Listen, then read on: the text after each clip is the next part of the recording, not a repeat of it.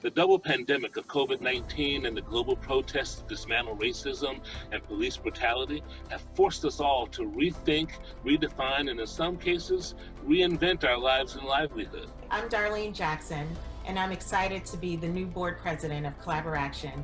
My vision as a leader is to increase Collaboraction's impact on the culture of equity and inclusion in Chicago, and to use theater as a tool to build a new future for our city.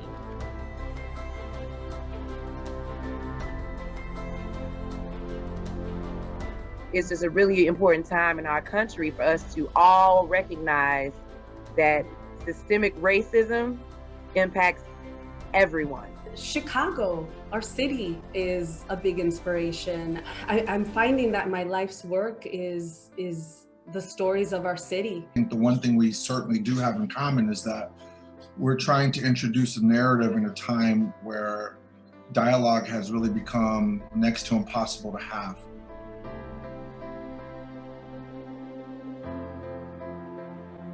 With our fists raised, not fighting, but promising the truths of that Constitution and that Declaration. What's an apology if you keep your ideology, selfish psychology? It's so easy to say, go get a citizenship, but it's so hard to actually get it.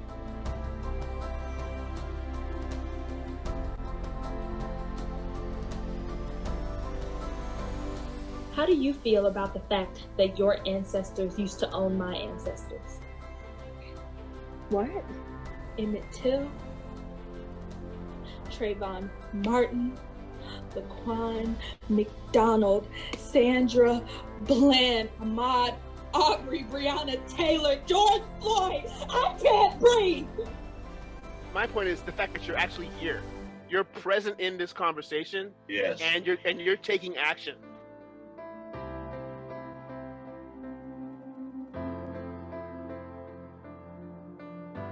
We're signing off for the opening night of the 5th annual Peace Book. These pieces are now into the world.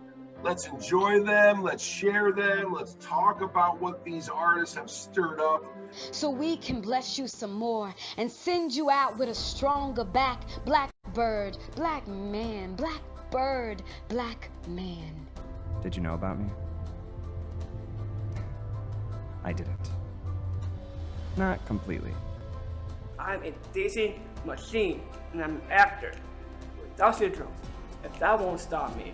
This past April, precisely on April 18th, I was diagnosed with COVID, and I had severe symptoms. A whole lot of RIPs. This is Lawndale. Just when we all gonna see that we from Lawndale. Way we living just can't be, man. I look just like you when you look just like me. Learn to shout on top of your lung. Make a scene. Be the troublemaker. Be the trouble. You can actually feel each of us as we come together, belonging to one another in a house of belonging we call Collaboraction.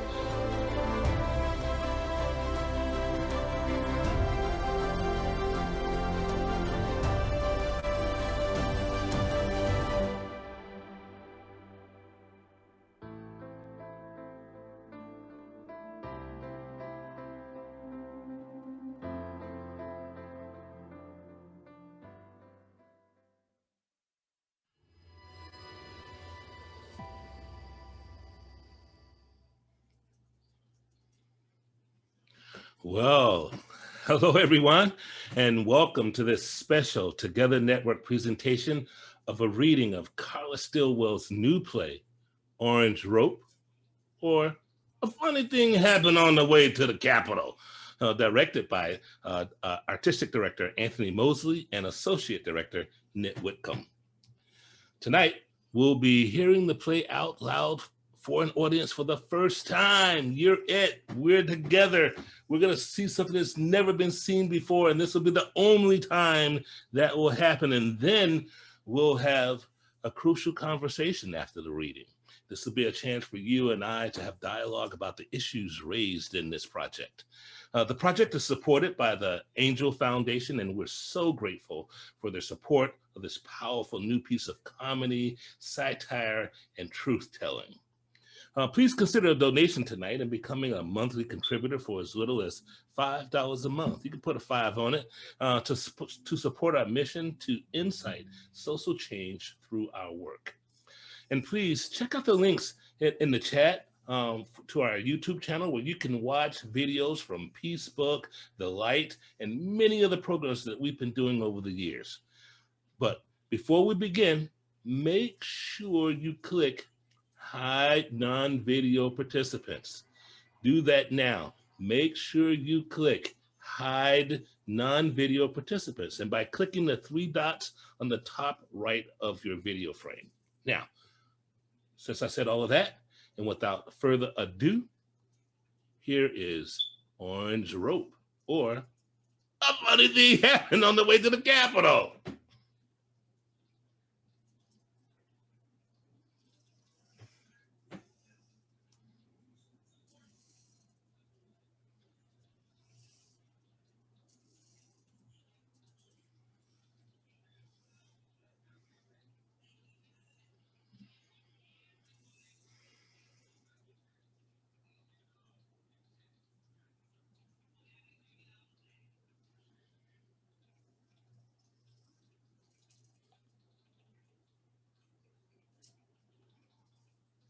Come on up, we'll bring the actors on up and we'll get this thing going.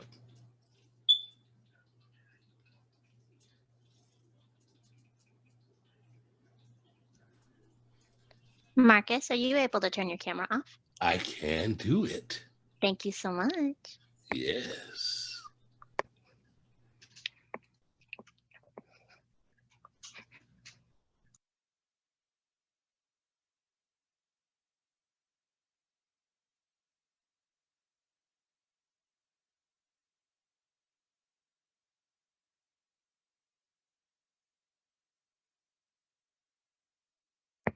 Hold on just 1 second, everybody. Thank you so much. Thank you, Holding.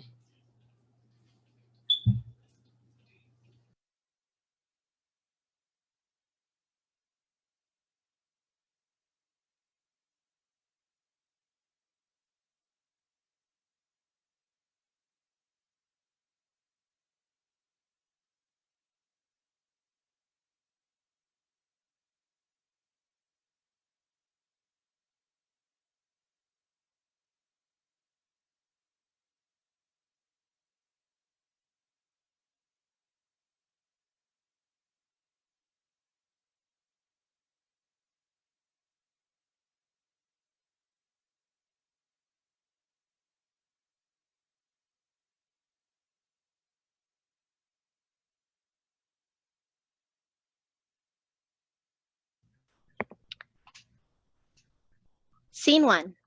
A funny thing happened on the way to the Capitol. In the darkness, a giant screen illuminates with footage from the January 6, 2021 insurrection. The channel appears to flip from news station to news station, HLN, MSNBC, CNN, and Fox. As the footage plays, the stage becomes illuminated with 4 different pools of light. Each pool of light represents different living spaces. Karen and Chad have their pool of light. Marie and Keisha have a light together. DeLune and Shawn sit in separate pools of light. They all sit facing forward as if watching the insurrection unfold. They comment on what they see. Babe, come here, quick. What is it? I'm getting dressed. No, you have to come here now. What? What the fuck is this? These motherfuckers stormed the Capitol. Oh, Lord, the crackers have finally crumbled.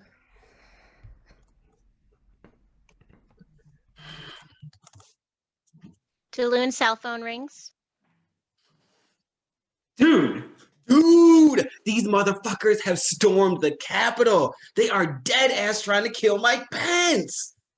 Like, dude, these Meo sapien Americans are literally climbing the walls.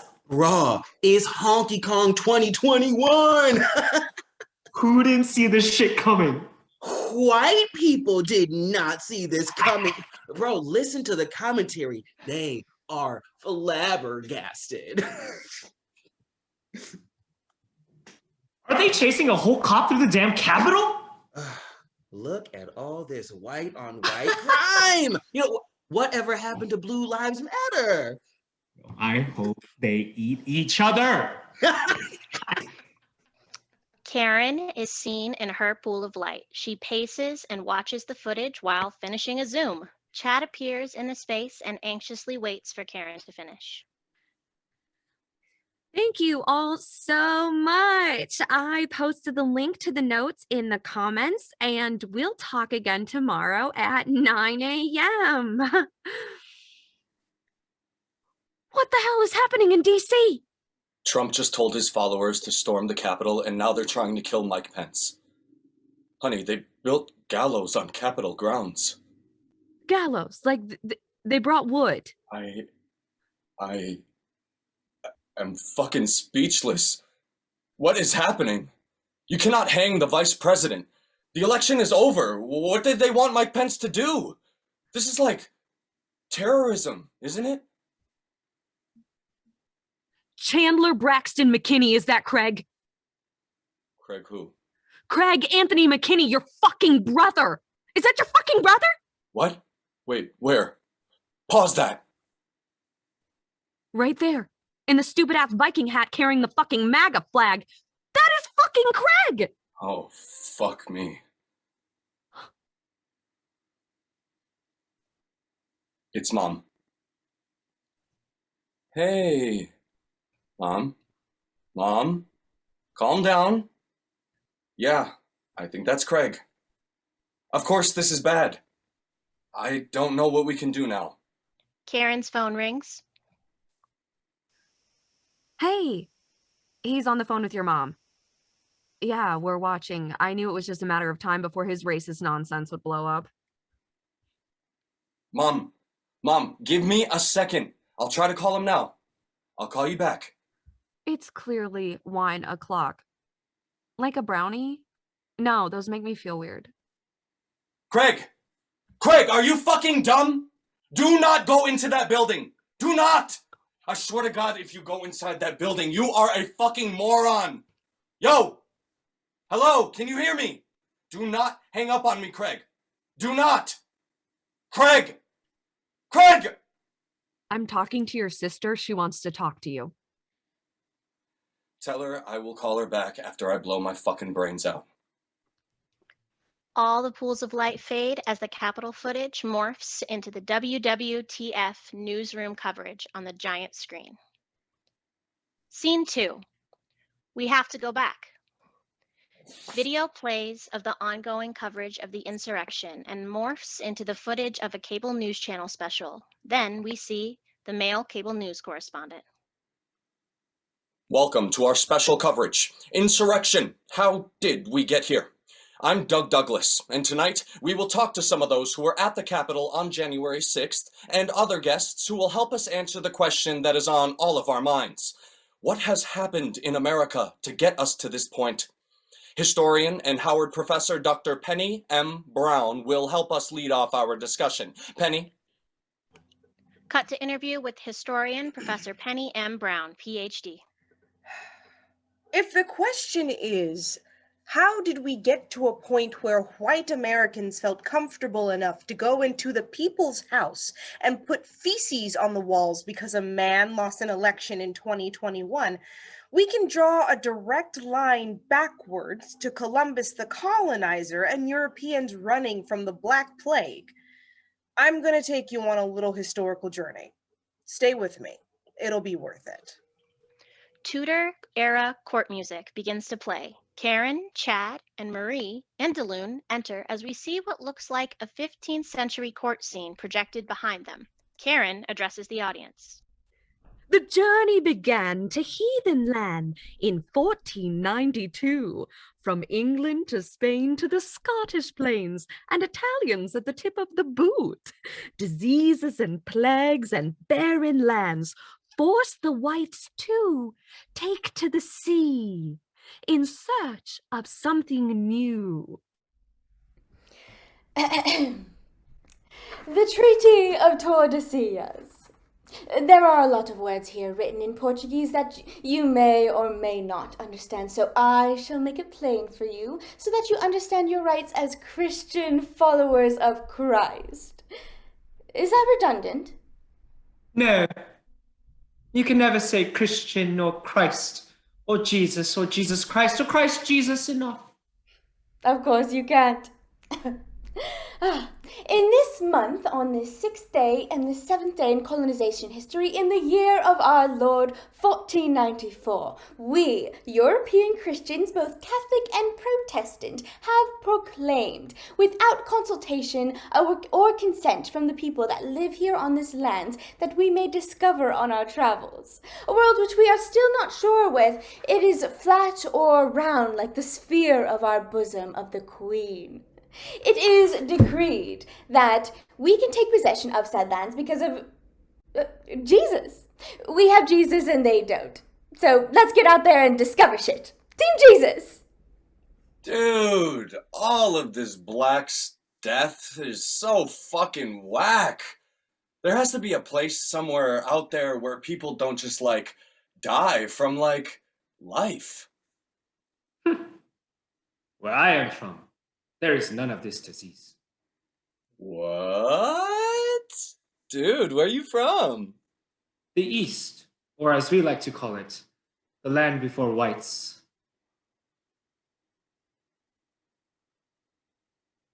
We have spices, so our food has flavor, and nobody is rotting from the inside. Bro, I don't know what spices are, but that shit sounds hella exotic. Let's kick it. They boarded the ships and took to the seas, rocking back and forth, wrapped in blankets covered in fleas and herpes, for months and weeks and days and years. But much like mediocre white boys throughout history, Columbus and them just kind of stopped off at the first land masses they saw. There was no plan, really. I have discovered a new land with no humans living here that we can, like, just chill on. Oh, hey! Yeah, so first of all, human means Jesus, and you're half naked. I don't really see anything Jesus-y about you, so you're not actually human.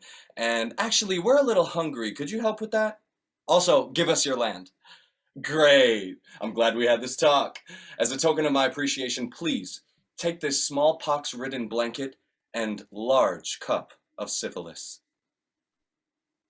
Thus the process began to steal native land and call them the colonies, where religious freedom was free indeed to those that did believe. They took the land in Jesus' name because they had a treaty that says, if it ain't white, it ain't right. This heathen land must be baptized. And this was the beginning of the Colonizer-palooza. Scene 3, a fly on the wall. We had a chance to talk with Fly Shawn Jackson, who was a staffer for Vice President Mike Pence and was in the Senate chambers when the Capitol was breached. Fly Shawn. Listen, I am still shaking. I was with Mike during the election certification, and when I tell you, them crackers were literally coming to kill him. We were terrified. Listen, I was hired by Mike's chief of staff to help him with this debate prep. Have you ever heard of the saying, niggas and flies I do despise, but the more I'm with niggas, the more I like flies? Well, that's why I was hired. I was the first Black, anything Mike had ever spoken directly to. I had no idea y'all can see me. And when I came out to remind him of our notes for our prep, I mean, he had never experienced that level of Black woman energy, and Mike was floundering. You know, Kamala was tagging that ass left and right. I mean, you know, I stayed on with the campaign because the staff saw that Mike really listened to me. You know, I was there. I was there that day because, you know, something had convinced him, someone just, you know, had to convince him not to try and throw the election for butt-ass monkey clown. You know, I actually wrote the statement that he released saying that he was going to do his constitutional duties. Then all of a sudden we hear, "Hang Mike Pence," coming from the damn hallways. I was like, what the fuck is happening? They were dead ass trying to hurt this man. After this short break, we will continue our special coverage. Insurrection. How did we get here? Commercial break number 1. Exterior. A Black woman is walking along the edge of the Chicago lakefront. She appears irritated and sad. Do you feel completely unheard? When you try to argue using facts and reason, do you find yourself becoming frustrated with white people on Twitter, using terms like snowflake and cancel culture? Do you vomit a bit in your mouth when you see #Blue Lives Matter in your Facebook feed? I know you are feeling like there is no end to the whataboutism coming from the right, but now relief is here. Cut to a pill bottle with the word insurrection. Insurrection is the perfect rebuttal for right-wing talking points. With daily proper use of insurrection, you can end any irritating bullshit argument that the right throws at you.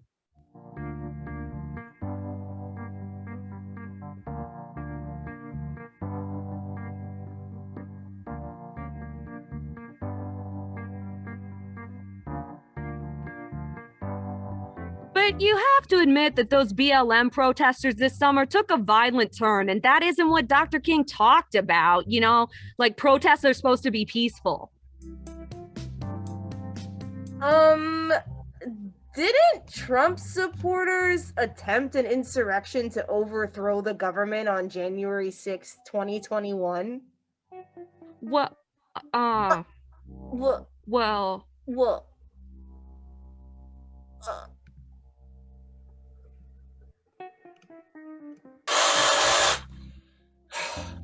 I mean, why is everyone so upset that he calls it the China virus? I mean, didn't it start in China? Yeah, he also told his followers to go to the Capitol and start an insurrection. Should we be upset about his insurrection or no?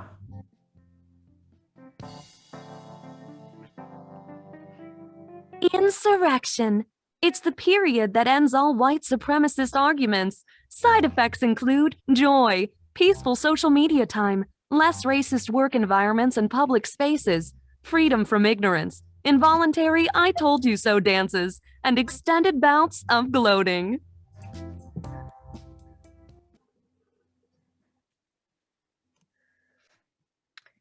Scene 4. Craig's ass? Lights come up on the stage. Chad and Karen sit with wine and popcorn and watch an implied television. They are riveted to the news special, Insurrection. How did we get here? They are both a little drunk. 16 times so far. 16 times what? I've been counting, and they have shown the footage of Craig rubbing his bare ass on the statue 16 times so far. This special is going on for another 90 minutes. How many more times will we have to see Craig's ass? I know. My mother has been in bed for 3 days. My stepdad says she finished the case of wine we sent her last year from Napa. He had to take the flatbed to Binny's so that he could get her enough wine to keep her calm until Craig's first court hearing. I FaceTimed her this morning. She didn't have on makeup. I don't think I have ever seen Barbara's skin. Craig's ridiculous behavior has made your mom expose her skin. I'm 40 years old and grew up in the house with that woman, and I have never seen her skin. My mother had on makeup after she had back surgery. My sister and I couldn't figure out how she got it on when she couldn't even move. This is insanity! I mean, Craig was always an ass, but I didn't think he was, like, this far gone. I mean, he said some ridiculous things, but I didn't think he was a racist, homophobic, misogynistic asshole that believes that Democrats are eating baby pedophiles. I didn't take it seriously. We weren't raised like that, so I didn't think he was that. Honey, you weren't raised like anything. What does that mean? It means your family is full of, I don't see color, and it's rude to talk about politics or religion. We have healthy 401ks. Our kids didn't have to take out loans for college. Liberal arts wasps. And Craig was absolutely always an ass. Why do you think I stopped going to family game night and only attended larger McKinney family gatherings? He is an ass, and you guys would never say anything to stop him, so I just removed myself from the situation. We just decided after 2015 that we would rather enjoy each other than to fight about politics. So we figured if we just ignored him, he would stop talking about it. And we could just have fun. Unmute it. The commercials are done. Let's see how many more times they will show Craig's ass. Scene 5. What was the plan? Video plays of the ongoing coverage of the insurrection and morphs into the footage of a cable news channel special. Then we see the male cable news correspondent. We have asked 2 of our regular correspondents to weigh in on the insurrection to help us understand how we got here. Is this really who we are? Cut to a split screen of Democratic strategist Bao Chen and Republican strategist Janice Johns. I'm really not sure what the end game was supposed to be. You know very well what the end game was supposed to be, Janice. They thought they could stop the certification of the election and install number 45 as the president against the will of the people. Come on, Bao. You know that no true conservative that believes in the rule of law and our Constitution could have actually believed that stunt at the Capitol would work. No, not a stunt, an act of domestic terrorism. It is more likely that this cult-like behavior has more to do with the conspiracy theories stoked by QAnon, and some say there were Antifa members there. You mean the conspiracy theories stoked by Donald Trump that the election was rigged? That is one of many racist lies that got us here. I see this is this is the problem with you liberals. Everything isn't about race. The 4 counties that Trump claimed the voter fraud happened in were all predominantly black counties. How is this not about race when those insurrectionists were at the Capitol to throw out the votes of millions of black people? So now it's racist to talk about voter irregularities. And again, the protesters at the Capitol don't represent the Republican Party. And Americans do have questions about... Please stop trying to make Trump supporters a third party. Trump ran as a Republican. The Republican Party has protected him and voted with him for the past 5 years. The Capitol insurrection was the Republican Party's circus, and that violent mob were the Republican Party's monkeys. First Hillary and her deplorables comment, and here you are talking about 74 million Americans monkeys because they didn't vote for your guy? Don't do that. I did not call 74 million Americans monkeys. I called the traitors at the Capitol monkeys, which is accurate because they climbed walls and flung their feces around the people's house and peed on national treasure. If we don't bring down the temperature and stop this inflammatory rhetoric, we will never move past this moment. It's so interesting to me that Republicans are calling for cooler heads now, but said absolutely nothing over the past 11 months of Trump calling COVID-19 the China virus. A video montage of all the times that Trump saying China virus and election fraud play. Scene 6. When you don't know history. 402 years ago, the snowball started rolling downhill. The stage becomes illuminated as a picture of a colonial cabin appears on the screen. Karen and Chad enter wearing the stereotypical pilgrim outfit, a rake and a hoe. The two work, moving on the 1 and 3. Frustrated, Karen throws down her rake. Yo, wife! Whoa! What is thine prob? Why doeth ye have such a scowl on thine visage? Husband, this is some bullish shite. I am delicate with skin of porcelain. I shan't be in these fields working. This is horrible. I need some help. What happened to our native? Didn't we have a native who did this? Smallpox. And how did he get smallpox? I have no idea. What about that red-headed girl? What happened to she? She was kind of useful. Burned at the stake. Why?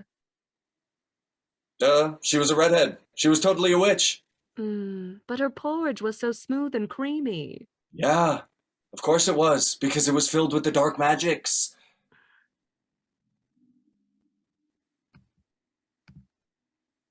Fun colonial fact, the colonies were ripe with white-on-white crime. Back then, the Irish were the black people of white people. They didn't really get into Catholicism at first. They had to be brought to Jesus, refer to the Crusades. People of Irish descent are more likely to have red hair, hence red hair plus Stonehenge equals witch. Husband, doeth something to address this situation. I woke up late last night. Visions of work, it was a bad dream. I needed rest. But these cows, they just won't milk themselves, and all I do is scream. I am living in a bad dream. A bad dream. The new world is nothing like it seemed. You lied to me. The way I feel about work, there just ain't no doubt about it. I need a slave. Okay, wife, okay. I shall figure this out. I will voyage to retrieve assistance in tending our stolen lands. It is at this point in history where shit really went left and got very real. Colonial Chad moves across the stage as if traveling. The image of colonial cabin morphs into the image of a 17th century African village. Colonial Chad lands on African soil and encounters a black male and a black female in traditional West African dress. Colonial Chad speaks as if they can't hear him. These creatures are dark and sturdy, and their land is lush. They are what we need to work our stolen land. I shall gather them. No, first of all, bro, we can hear you. And secondly, you can't gather me. I'm not a cassava. I cannot be gathered, okay? Yeah, tell him, baby. Stop right there. Colonial Chad points a musket at them and fires a shot in the air. Black male and black female raise their hands above their heads. This shit escalated quickly. The fuck? I know this might not be the best time, but I'm totally going to need to kidnap you. Sorry? Colonial Chad forces the Africans to walk them to the ship. Wait. One last thing. You are wicked and dark, clearly living in sin, with your naked breast and your hair of woolen. You are strong of bone, with teeth of white. You are clearly not human, so you must be baptized. What the fuck is baptized? See, we are building new colonies where you can be religiously free, but you gotta be a Christian, like little old me. I need to sprinkle this water on you and call on white JC. Then you can get to work. Baptism is easy. You see, we can't enslave until you are saved. To work for free, you must first work for JC. Can I just go back to the crib? I mean, she was baking bread.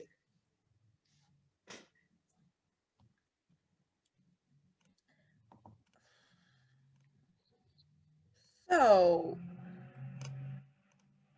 at first it was kind of slavery light.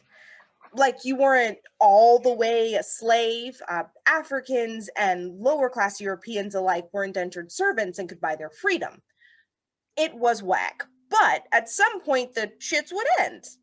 That is, until... This is the story of John Punch. In the year of our Lord 1640, he was the first man sentenced to slavery. Chattel slavery happened because one white man got hella petty. Mr. Master, sir, today my contract is through. It has been a pleasure. However, my contract is up and I no longer work for you. Actually, boy, that's not true. I still have land that needs working, so I don't know what to tell you. So John and two others who happened to be European were like, man, fuck this indentured servitude. So with that, the trio took off into the Virginia night, but they were snatched up by the master and arrested on sight. Your Honor, Judge, my contract was done. This man wanted to keep me, and that's why I had to run. So, White man to white man, Judge, between you and me, if I let him go, who will work my land for free? Well, as a white man and a Christian, I can plainly see that it is completely unreasonable to ask you to work your own land. And in your defense, I will take this legal stand. For henceforth, you can legally enslave any dark-skinned man forever. Forever. Forever? Forever. Mm-hmm. Forever. This happened in 1640. So think back to your grade school history class. The Constitution was written in 1787. So 1787 minus 1640 equals 147. For over 147 years, slavery went from, at some point I can buy my freedom, to roots. Before there was an official United States, there was chattel slavery, and then the slavery made it into the Constitution, and then slavery just kept getting worse until the Civil War. A video montage of white people carrying the Confederate flag over the centuries plays on the screen, ending with the now infamous photo from the Capitol riots with the man in the Confederate flag in the rotunda. Scene 7. What's the buzz? Cut to Fly Shawn Jackson. When I heard the "Hang Mike Pence" chanting in the halls, I flew the fuck right up out of that piece. I was really in no mood for that kind of negativity. Now at the time, I just thought I was, it was a handful of toothless hillbillies. I had no idea what it really was. Apparently, Secret Service snatched Mike up and hit him in the back. I didn't see that part because, as I said, I got my black ass out of there post-haste. I caught up with the team in the back room and just sat my ass on the wall because I was not getting paid enough for that shit. So I'm on the wall, watching the panic begin to set in, and we hear Secret Service on the radios and shit. And then we hear the sound of the mob, like damn near outside the door, and they moved us to an undisclosed safe house. This is where Mike finds out that 45 sent the bastards to the Capitol. Now, when I tell you, I have never seen a grown-ass man that hurt. Mike was deeply in his feelings when he found out that Super Clown was behind the shenanigans. Then Mike starts trying to call this motherfucker. I mean, Mike was calling Trump like an ex-girlfriend called me when she found out about my other kids. He called the White House a minimum of 72 times. And when I tell you them bitches did not answer, ooh, it was so pathetic. I had to come up off the wall and just tell Mike, listen, man, when you see that motherfucker, when this is all over, it needs to be on sight. You need to beat his ass like he stole something. Because he did. He stole your nutsack, bro. Your nuts are all the way gone, and he is trying to have you killed. You must whoop that ass on God. That's what I told him. Fly Shawn takes a sip of his whiskey. The video of Mike Pence being ushered out of the Capitol is seen, and in the corner of the screen, we see a fly. Commercial break number 2. Internal. White man and white woman are sitting at a kitchen counter. Hey, sis, what's wrong? You seem super sluggish. I don't know. I'm feeling like America isn't interested in the opinions of conservative white women anymore. It's like the BIPOCs think our issues are silly.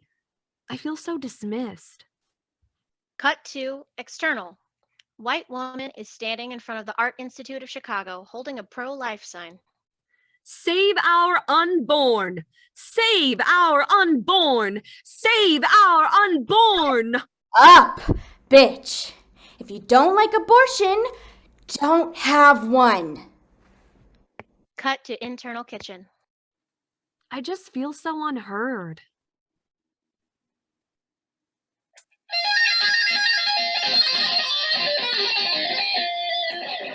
Take a sip of audacity.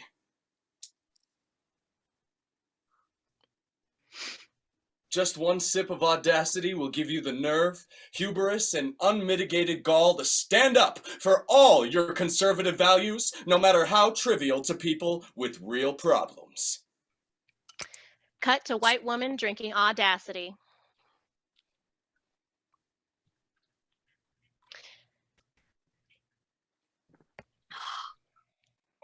Cut to internal grocery store as white woman shops without a mask. Ma'am, you can't shop here without a mask.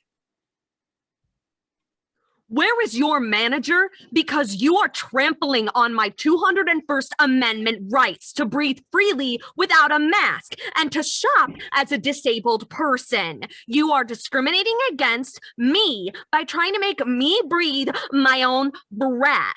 This is reversed racism. Ma'am, you have some nerve.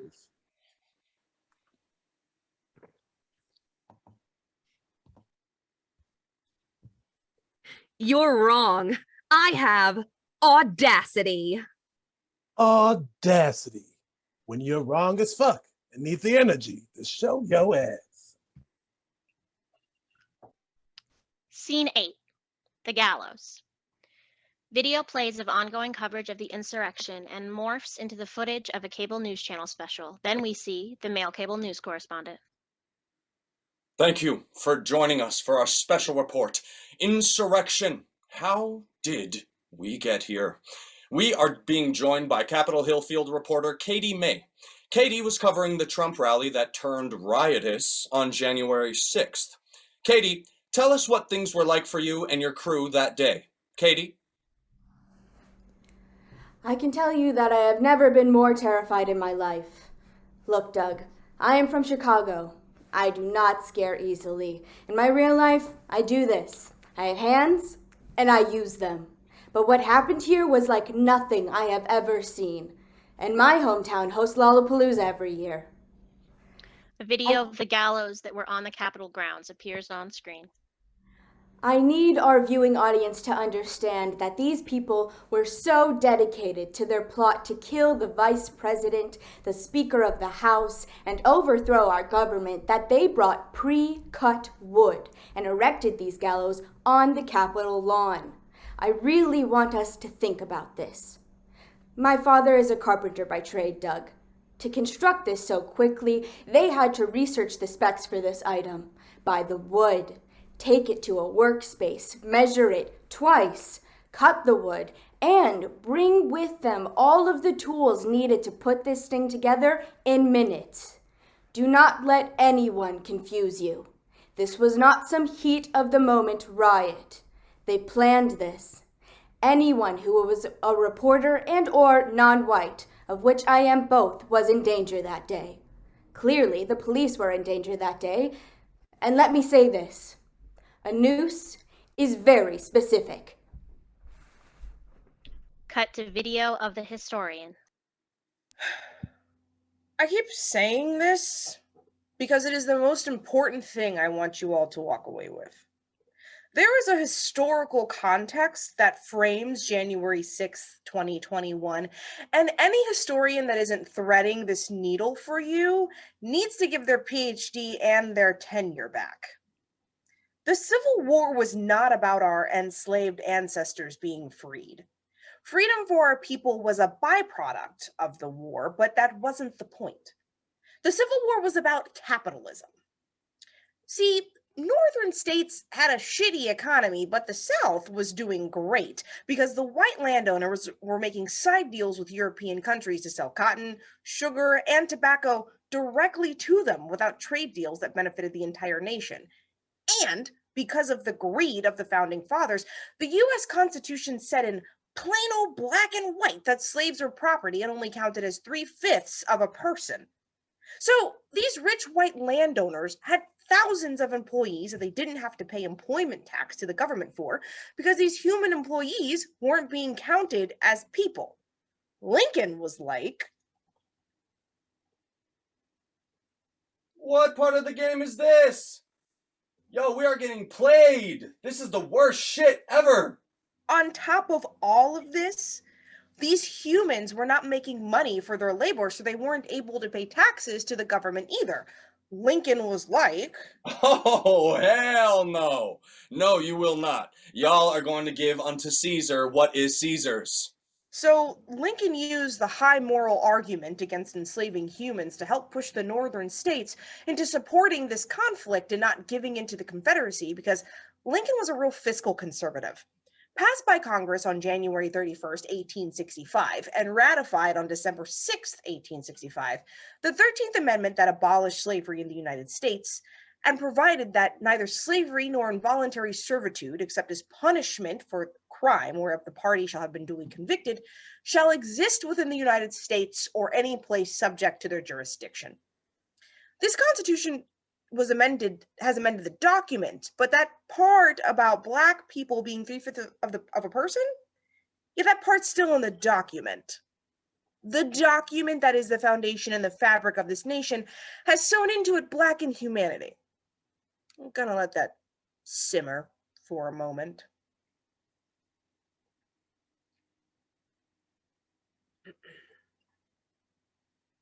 Then, in 1868, Section 2 of the 14th Amendment later superseded Article 1, Section 2, Clause 3, and explicitly repealed the compromise. It provides that the representatives shall be apportioned, counting the whole number of persons in each state, excluding Indians not taxed. A later provision of the same clause reduced the congressional representation of states who denied the right to vote to adult male citizens. That's right. Black men had the right to vote before white women.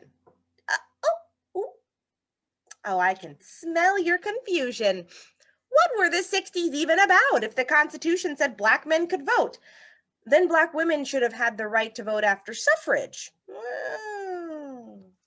After the Reconstruction era came to an end in 1877, however, the former slave states subverted the objective of these changes by using various strategies to disenfranchise their Black citizens, while obtaining the benefit of apportionment of representatives on the basis of the total populations. These measures effectively gave white Southerners even greater voting power than they had in the antebellum era, inflating the number of Southern Democrats in the House of Representatives, as well as the number of votes they could exercise in the Electoral College in the election of the president. Does that sound familiar?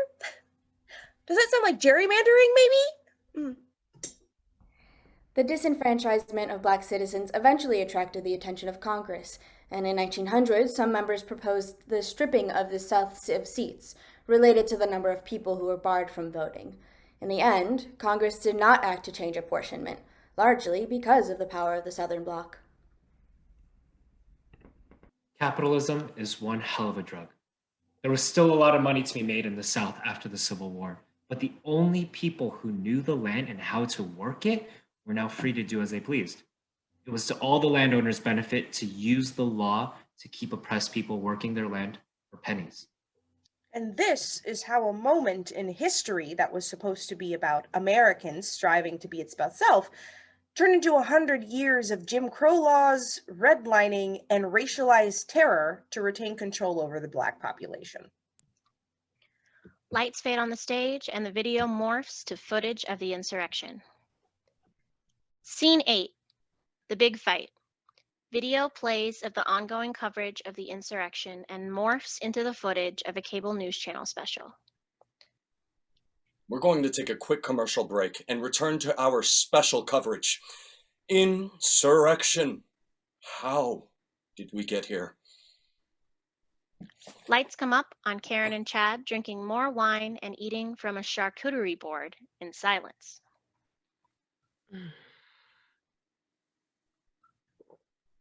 I really wish you would have shared with me why you stopped going to family game nights. I just thought you had work stuff or you wanted to spend time with your friends.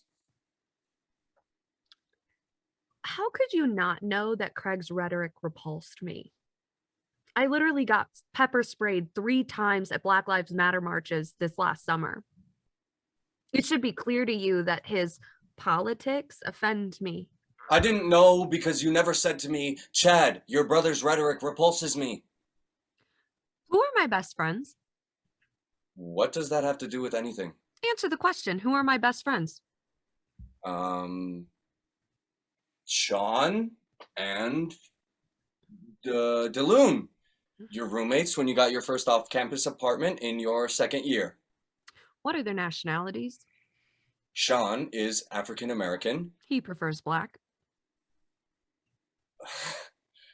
Okay, Shawn is black and DeLune is Asian. Asian. Yes, Asian. You're saying Asian wrong now? Asia is an entire continent. What is his nationality? What? Japanese. Chinese. He is Chinese. He is an immigrant that didn't come to this country until he was 7 years old. Okay, okay. Who is Shawn's sister?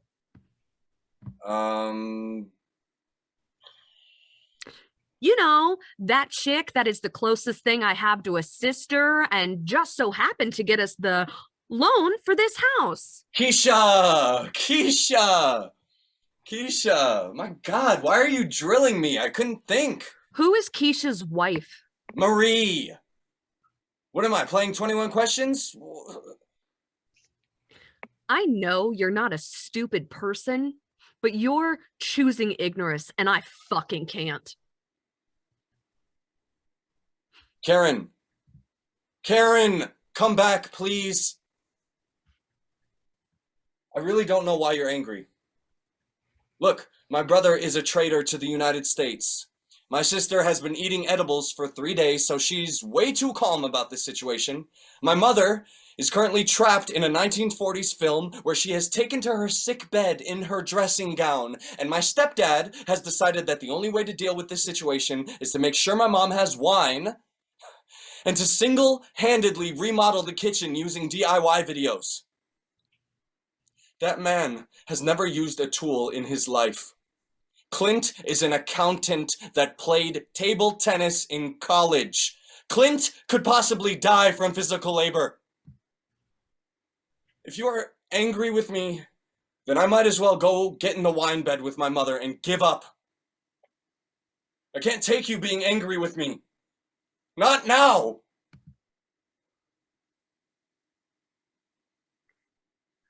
I don't have a family. You know I don't have a family. I'm a foster kid. It wasn't until I moved out of the dorms because I could not stomach the legions of blondes squeaking nonstop, worked 2 day jobs, and found a place, and then put an ad for 2 roommates, and I got DeLune and Shawn that I had anything that resembled a family. Shawn's mother despises white people for good reason.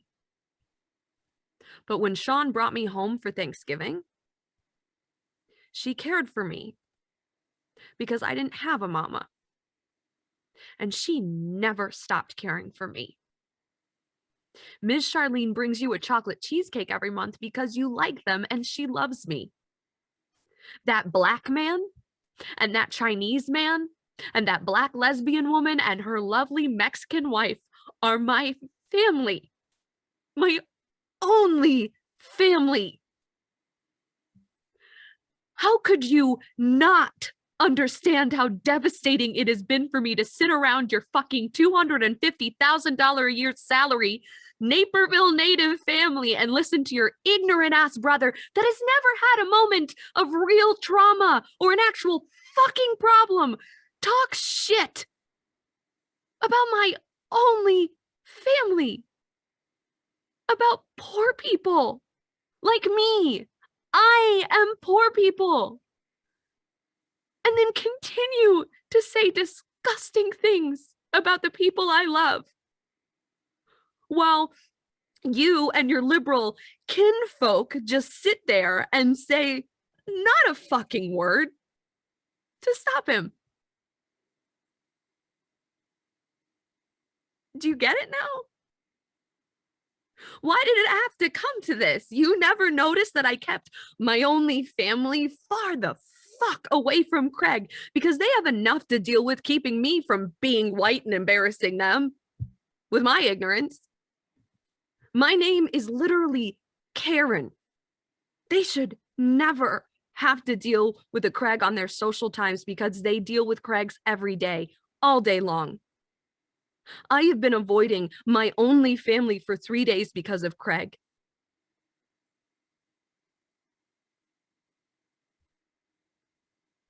How do I tell them that my brother-in-law is so vile and hates the fact that they exist so deeply that he went and rubbed his naked ass on the United States Capitol? I am so embarrassed. I wish Thanos would just snap me completely out of this bullshit.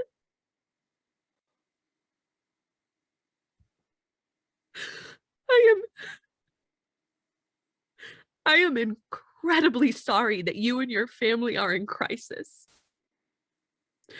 But unfortunately, I cannot care. This is a crisis of your family's making.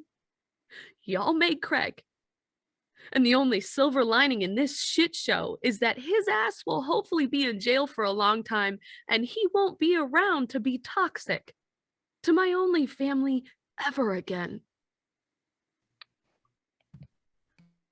Chad is left alone and is injured badly. Footage of the insurrection plays on the screen. Scene 9. It's time to heal. We come into the special broadcast in the middle of a heated debate between the Democratic and Republican strategists, the field reporter and male cable news correspondent. But is it possible to move forward without impeachment or some accountability for the president? The man will be out of office in a matter of days. What is the use in impeaching him? I agree that the protesters Please stop calling them protesters. The Proud Boys, QAnon, the Oath Keepers.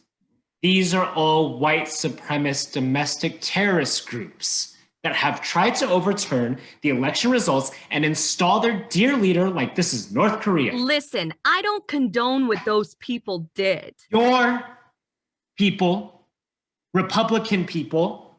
But I did not hear this type of outrage when BLM and Antifa were burning and looting cities all summer. Okay, I covered the George Floyd and Breonna Taylor protest this summer, and I can tell you that the only time I felt unsafe during the Black Lives Matter protest is when I got hit with rubber bullets by the police. On Wednesday, my Mexican self thought I was gonna be murdered.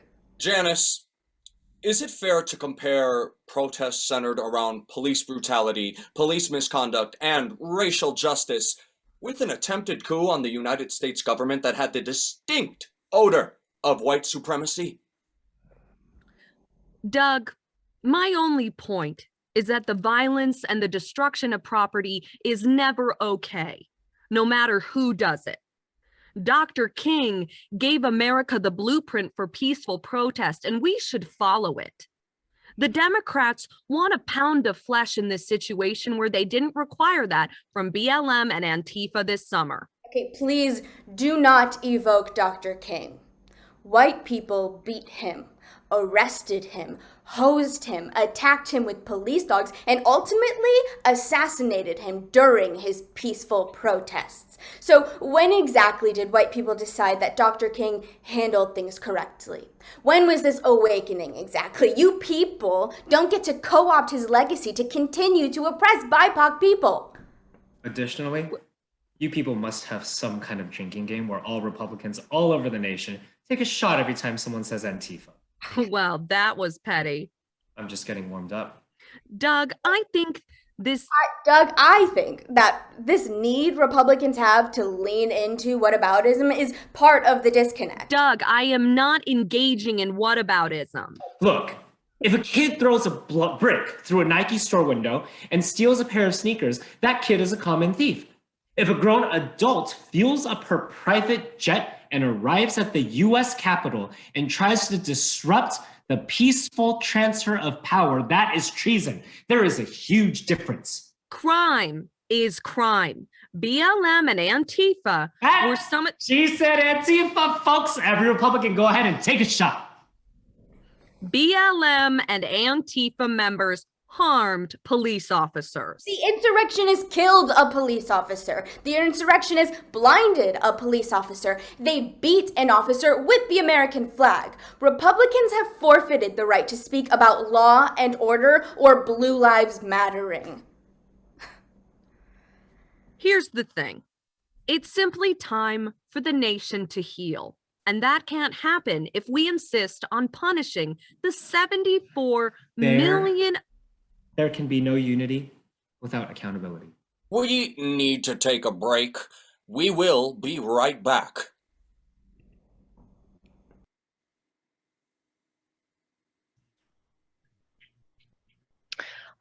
A montage of all the police officers who were attacked on camera. Commercial break number 3. Interior. Living room of white man as he is having a phone conversation. Yeah, I was so shocked that I was able to stream so much footage from storming the Capitol. When I was with AT&T and Verizon, I never would have thought I would have that many bars. But since I changed my service to Confederate Cellular, I have had all the access I need to fly and share our fight for Trump because Antifa stole this election. We hear loud banging at the door. Hey, I have to go. Someone's at the door. Cut to the logo for Confederate Cellular. Confederate Cellular. The coverage is so good that the FBI can track you down several days after an insurrection. Service works outside of DC.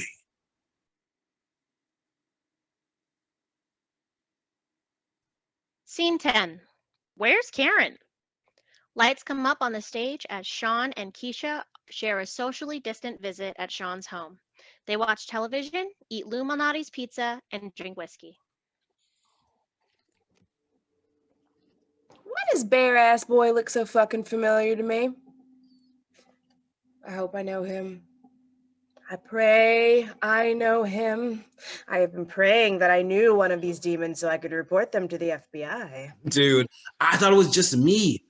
Ugh, that white looks super familiar to me, but I can't put a finger on it.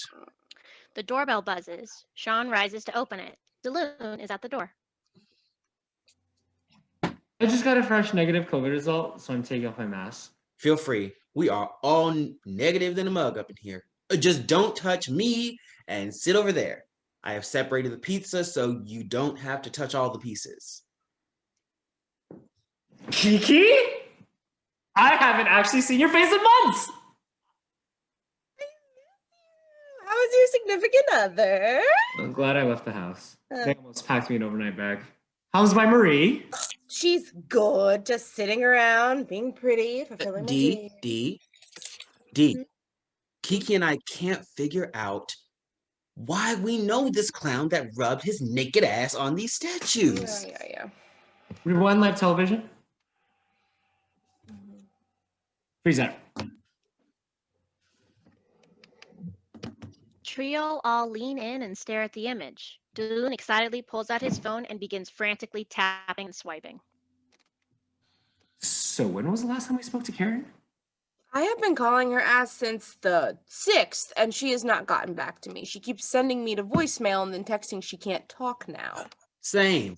Mama called her to drop off the cheesecake, and she did the same thing. You know who I think that is? Who? Dad's brother! I swear to God, that is that little piece of shit. Oh, that's why she's not talking! Somebody call her now. Keisha dials and puts the phone on speaker. The call goes directly to voicemail. Keisha leaves a message. Look, we know that your brother-in-law is naked-ass terrorist boy. You should call one of us and let us know you're okay. Also, let us know if his bitch ass is in custody yet, because I will happily be the one to call the FBI. Also, if we don't hear from you in 1 hour, we will begin Operation Stalk a Bitch. Please do not play with us.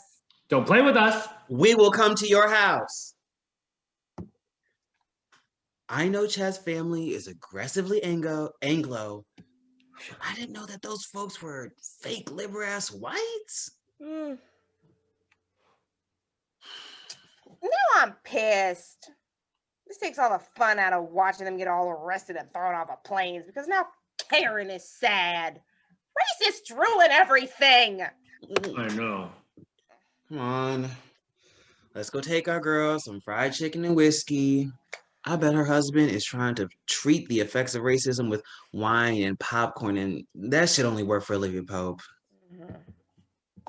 Lights transition on as they pack up to leave. Scene 11. The Ballad of Fly Shawn. Cut to video of Fly Shawn Jackson. To my knowledge, that orange motherfucker still hasn't called Mike and said a word. But, I mean, I guess, what can he say? You know, what do you say to a man when you almost got him lynched by an angry mob of rogue racist whites? Let me tell you something. As soon as we are able to get out of the secured location, I quit. And I told them where to send my final check. You know, I couldn't care anymore, man. I have kids, little mosquitoes. This is a white problem, and I left them to it. I flew down to Cancun. I need a break. The video cuts to the recordings from the Capitol Police radios that were played at the impeachment trial. Scene 12. Threading the needle. Cut to the video of the historian. There can be no unity without accountability. We know this because this happened already. Let me tell y'all a little story about Reconstruction. Lights come up on the stage and video begins to play of a montage of post-Civil War images. The historian's voice is heard as Shawn and Chad enter the stage wearing late 1800s attire. After the Confederate Army surrendered, the government had to figure out how to bring the South back into the Union. There were 3 different visions floating around for what this new America should look like. There was the emancipationist vision. We seek full freedom, citizenship, male suffrage, and constitutional equality for the Negro because slavery. The white supremacist vision. We require racial segregation and the preservation of white political and cultural domination in the South because capitalism. But there was this 3rd way of thinking I want you to pay attention to. The reconciliationist vision. Video montage of AOC and others demanding that the insurrectionists be held accountable. The reconciliationists had a vision of America that was rooted in coping with the death and devastation the war had brought. You see where I'm going with this? You can substitute war with COVID deaths, insurrection, or police killings if you happen to be lost inside of this historical metaphor. And my point should be clear. Long story short, America made a very distinct choice back in the day. America, you picked white supremacy. Now let's tell America what he's won. Colorful lights and loud music come up as the entire set converts into a game show set. Karen dressed as capitalism, Marie dressed as reconciliation, and Keisha dressed as emancipation. Shawn is the host, and Chad, America, the contestant. Hello, and welcome back with our final round of World colonization. Okay, America, you have gotten to the final round of world colonization. You knocked the British out in the Revolutionary round, and your democracy survived the Civil War challenge. Yeah, bro! Woo-hoo-hoo! Now, you have to pick your oppression. America, you know the rules. You pick one of the 3 visions. Once you pick a vision for your future, we will tell you if you win big or if you will die from oppression.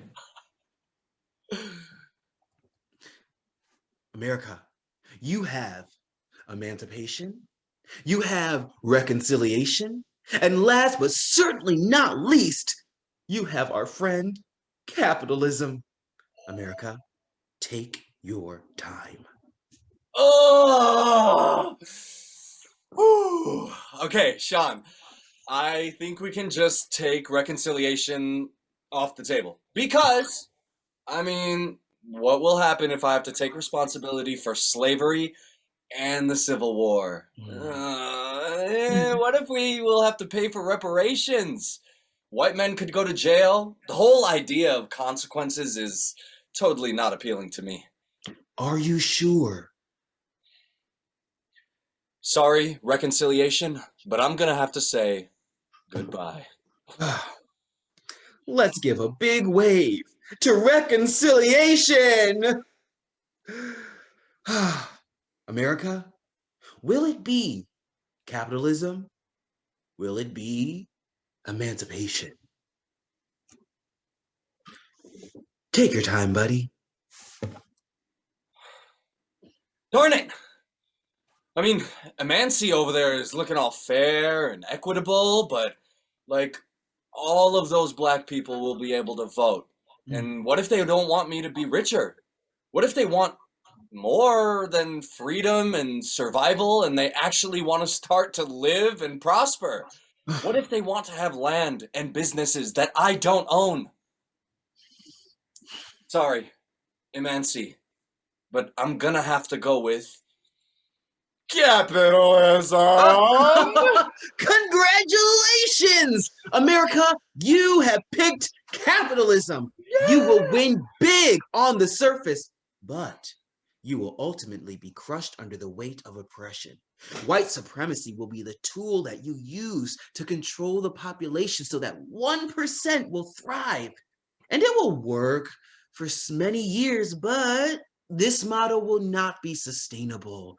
The racial demographics inside of you will at some point change because of the whole land of the free.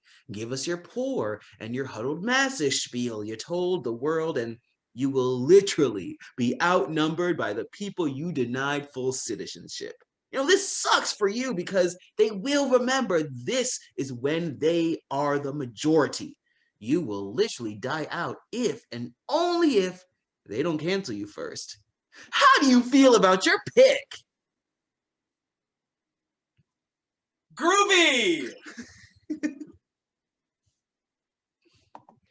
Lights fade on the stage. The video of the historian appears on the screen. People have asked how January 6th, 2021 happened. This is how it happened. The Trump insurrection began in 1865. The Trump insurrection started the moment when America decided that It didn't need to hold anyone accountable for the southern states seceding from the Union and throwing the nation into a civil war to uphold the unholy institution of slavery for greed. Our children should only see Confederate flags in museums. There should be no statues to those soldiers. They were traitors.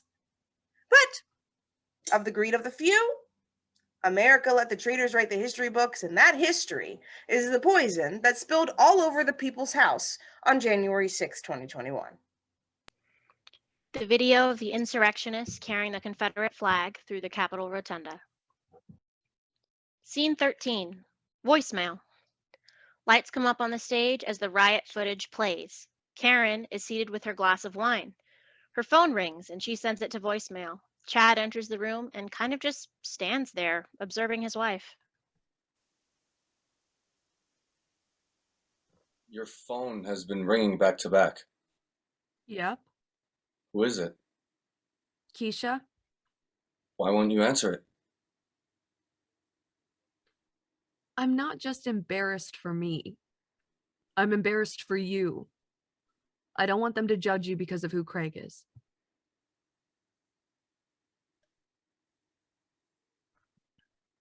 I really listened to what you said. They should judge me. You are correct. How could I just sit around and listen to him be so fucking disgusting and not say anything? I disagree with every single thing he thinks, but I was so, I don't know, passive, I guess. Because he's my little brother, and I remember him when he was a sweet little kid that followed me around everywhere, and I just wanted him to grow out of this phase. I didn't think that racism and homophobia and all of that lived in his heart. I just thought he was trying to be edgy and provocative. I let you down, and your family down, and I let Craig down. I'm the older brother. I was supposed to lead.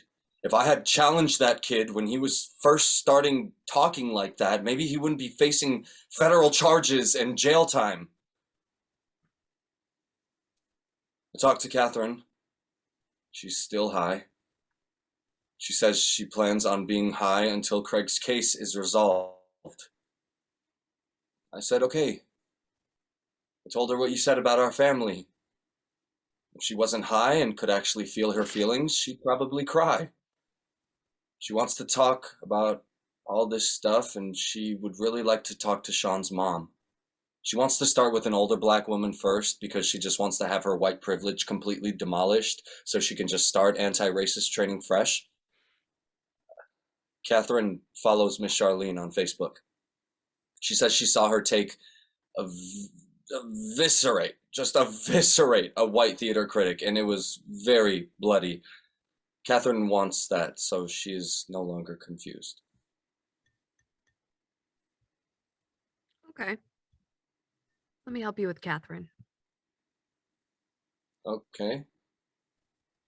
Tell Catherine, who has a master's degree in English, to go read a fucking book about racism and leave the black people alone. She's a smart girl and she can do her own research. It's not black people's job to teach the world.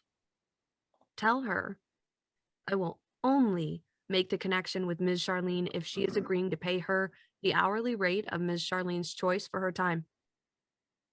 Never ask the black people in your life to relive their trauma to teach you without offering to pay for their time and labor. Got it. I can do that. Thank you. Did Keisha leave a message? Yes. At least listen to the message. Karen plays the message on speaker. Look, we know that your brother-in-law is naked-ass terrorist boy. You should call one of us and let us know you're okay. Also, let us know if his bitch ass is in custody because I will happily be the one to call the FBI. Also, if we don't hear from you in 1 hour, we will begin Operation Stalk a Bitch. Please don't play with us. Don't play with us. We will come to your house. Baby. Look, Call your family if for no other reason than to let them know that Craig is in jail and my parents are doing absolutely nothing to assist him. Let them know that our family may have enabled him in the past, but Barbara and Clint are not paying a single legal fee. And Kat and I are also not engaging. They will have a right to judge me, and I will have to prove to them that I am worthy of you and worthy to be part of your family. Call your people. Lights transition as Karen sits up and begins to make a call. Scene 14.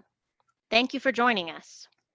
Video plays of the ongoing coverage of the insurrection and morphs into the footage of a cable news channel special. Then we see the male cable news correspondent. Thank you for joining us for this special coverage, Insurrection, How Did We Get Here? I'm Doug Douglas, and I hope our exploration of the question that is on all of our minds, what has happened in America to get us to this point, has been answered. Stay with us for our continuing coverage of the Capitol insurrection. Lights come up on Karen and Chad's home. Karen is about to call Keisha when there is an aggressive knock at the door. Karen Ann Petoskey McKinney, open the goddamn door! The crew enters and walks past Chad without speaking. As the scene progresses, they clear the table, set up food, and get glasses for the whiskey. Are y'all tested? Because we're all negative. Yes, we got negative test results back Saturday, and we haven't been anywhere since. Can I mask? Sure. Karen, if you don't stop all that damn crying, I promise I'll ask Keisha to smack you. And I will smack you.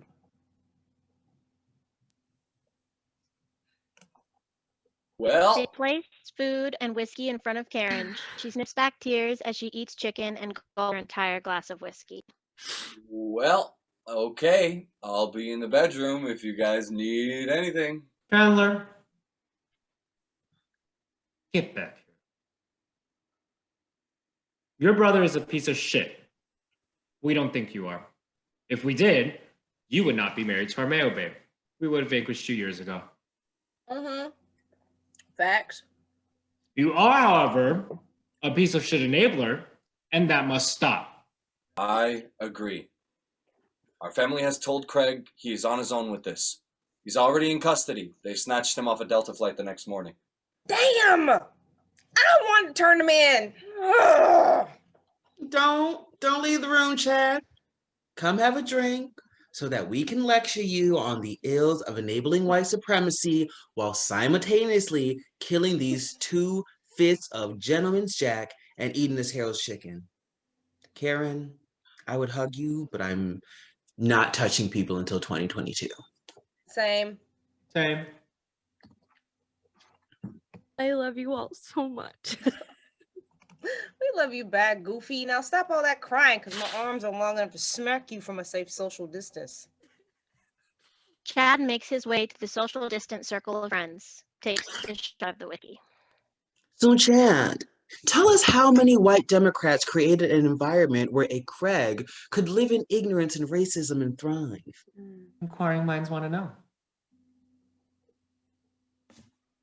I don't know exactly. We were taught not to see color. Well, that was your first problem. Lights fade as they eat, drink, and talk. Scene 15. Finn. Video cuts to Fly-Shawn Jackson's interview. The sound tech is removing Fly-Shawn's mic. Can you hurry up and get this mic off me? I have had to pee for like 15 minutes, man. Oh, yeah. You good to go, Mr. Jackson? Yeah, because I don't need any live mic situations with y'all recording me pee-pee. Shit. Video fades, fade to black, end of play.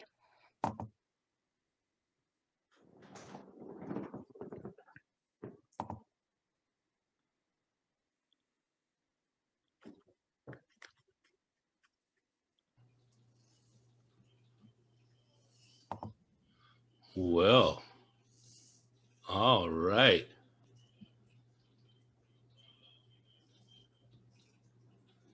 Yes, everyone. Bravo, bravo, bravo. Hand claps. Everybody bring all the artists back up so they could be seen here. Take a bow.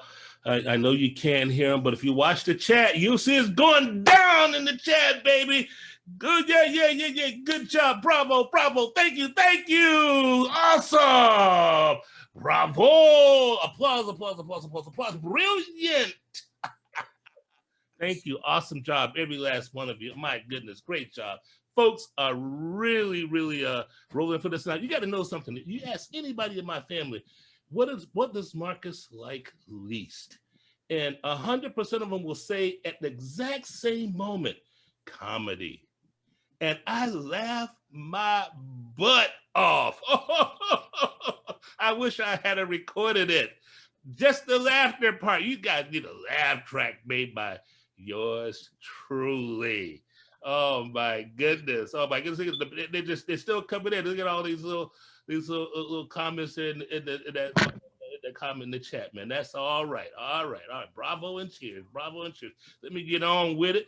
Wow. Let's give it a go. That was great. I'm delighted to be with all of you tonight, sharing time with my good friend, the goddess of Chicago comedy. Yes, Miss Carla Stillwell of the Stillwell Institute, the playwright, and my business partner and friend. Oh my goodness, my partner in the Coast conspiracy to eradicate racism, Mr. Anthony Moseley. Come on now, bring everybody up on the stage. Come on and let's have a talk. Somebody come up here and have a talk with me.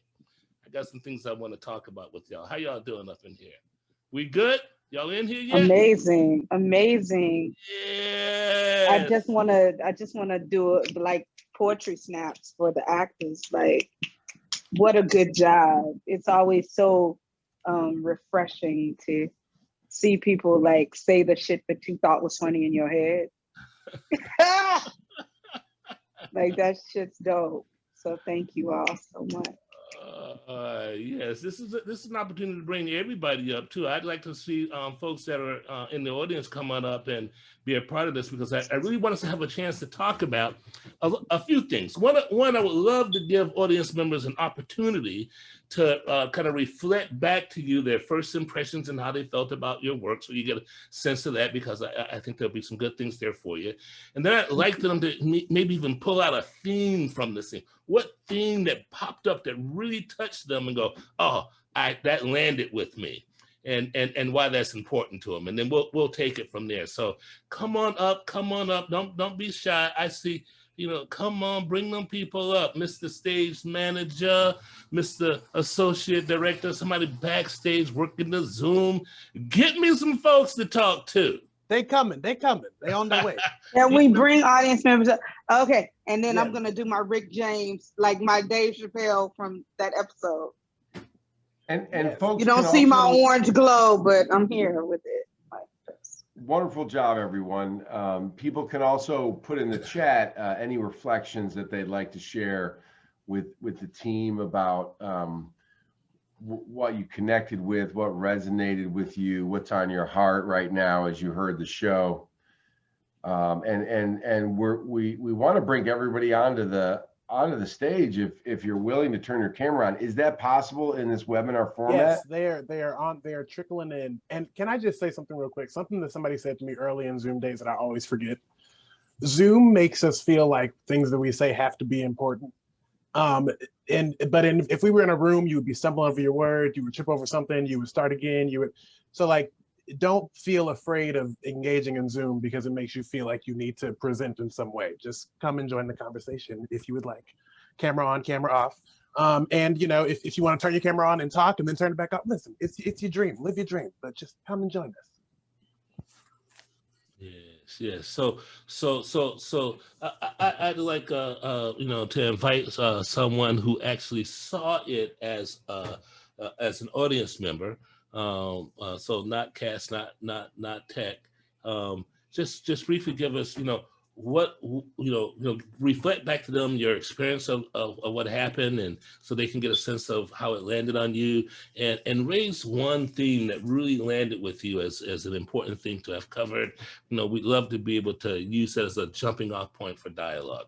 And all you got to do is turn on your video, and if I see your video, I'm just gonna say, you want to talk, so I'm gonna just kind of call you out, just in, not like it's a bad thing, but invite you up. So because I have a relationship with some of you, I'm gonna ask a few of you to just step out first to kind of demonstrate for us. Give them something back that highlight how did that really land on you? How did it make you feel? Let them know what their work was like for you, and then one theme that you thought was super important that got covered in this show. So David Cherry, would you be willing to say some words to kick it off for us? Oh, absolutely, Marcus. First of all, I think I just want to congratulate Carla Stillwell and Anthony and the cast.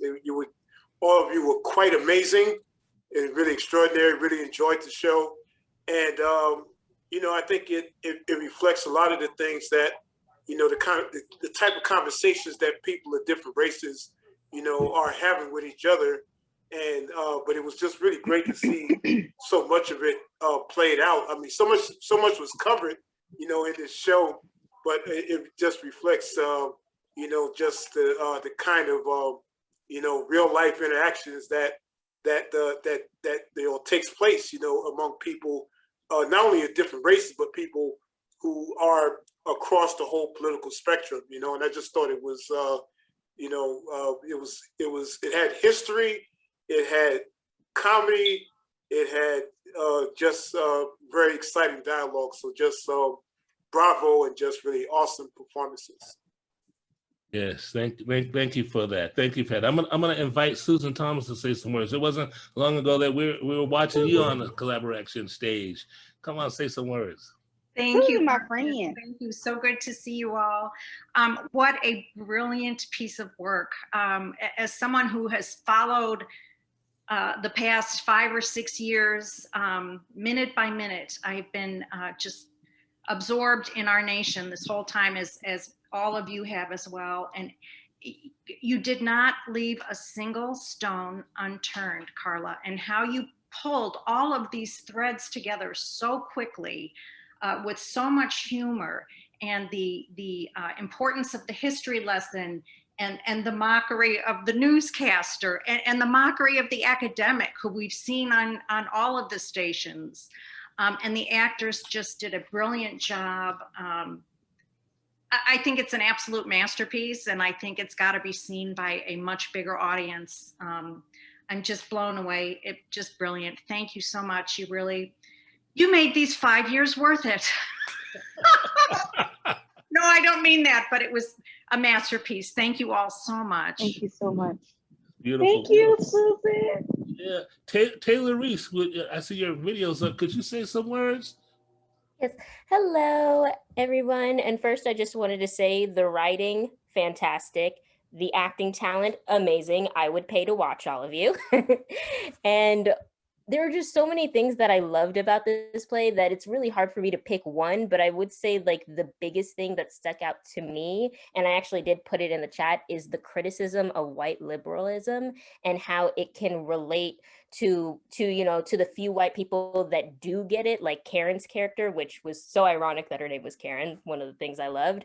And basically how that can relate to her friends, because I have had people that I've befriended who they weren't a part of the riots, but they are related to somebody who was, and they had a very hard time about talking to me because it was this guilt by association that they felt. And I feel like Karen did a really good job of conveying that. And then I also liked how it was recognized that the brother-in-law, he was a monster of his family's creation and also impacted by society by not talking about race and by being raised to not see color. You were basically allowing ignorance to persist and not doing research.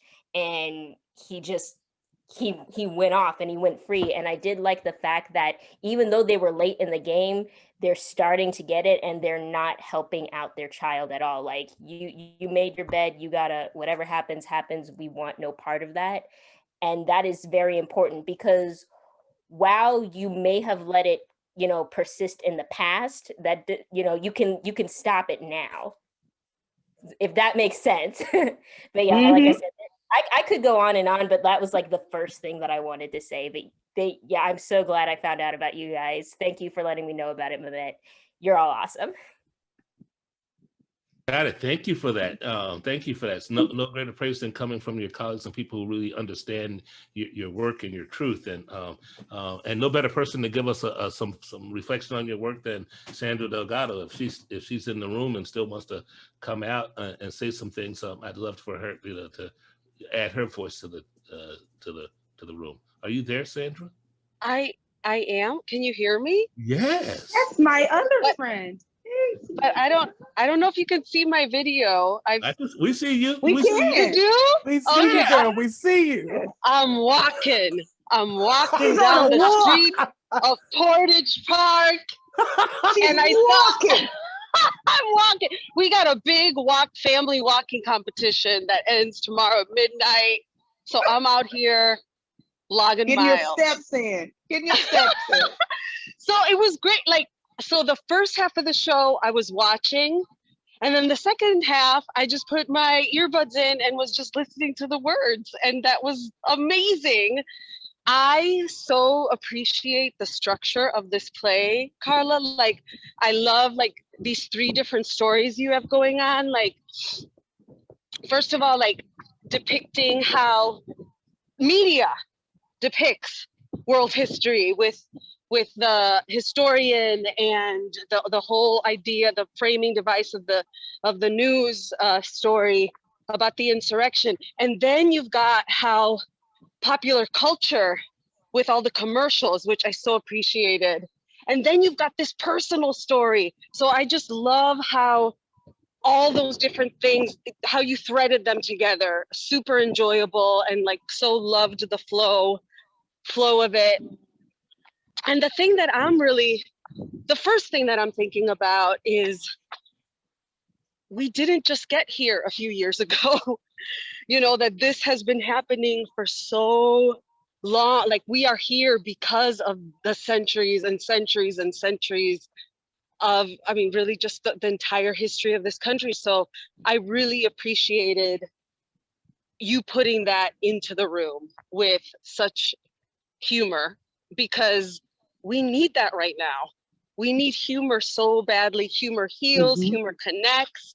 And I just so appreciate your voice. And from an audience standpoint, like, it was just so fun seeing the actors go back and forth. Actors are magic. And, you know, you cast the spell, Carla. You gave them the spell and they ran with it. And it was enjoyable to watch, and it was enjoyable to listen to too.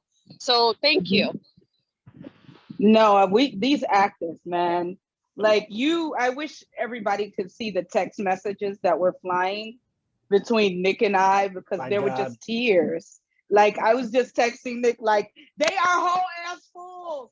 Like, it's such a joy to have actors that like release and lean into your fuckery when you write comedy. It was dope. Can I just say So something? dope. Can I just say Yes, that Mehmet come is on, on come on. site next time I see you, because that Doug Douglas voice, like, I was late on an entrance because I was laughing at that Doug Douglas voice. Listen, when And Janice on died, site, it's gonna be on site, Mehmet. Just Mehmet, like, now. dead ass.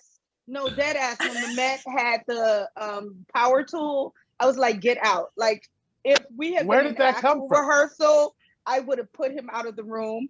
Rehearsal would have been over. He might have gotten fired. Like in Black Church, that's the moment when the soprano hits the high note and somebody throws a stiletto at them. Oh, like what you did in my audition when you threw. Yeah, when I threw like the tinfoil at you. Yes. Like, Mehmet almost got hit with a shoe. I'm so overdone with the foolishness of my whole cast. I'm telling So, you, between Alix's scroll And when Janice Alex had a Johns, scroll. Like, when what Janice the fuck? Johns drank the audacity, I lost it. I can't. It was so many things. So I'm glad that everybody appreciated what I did, but please know that your words don't come to life without the people that like lean into it. So these mofos are crazy. Yeah, they did a great job. I wonder how it landed on SARS. SARS, how was that for you?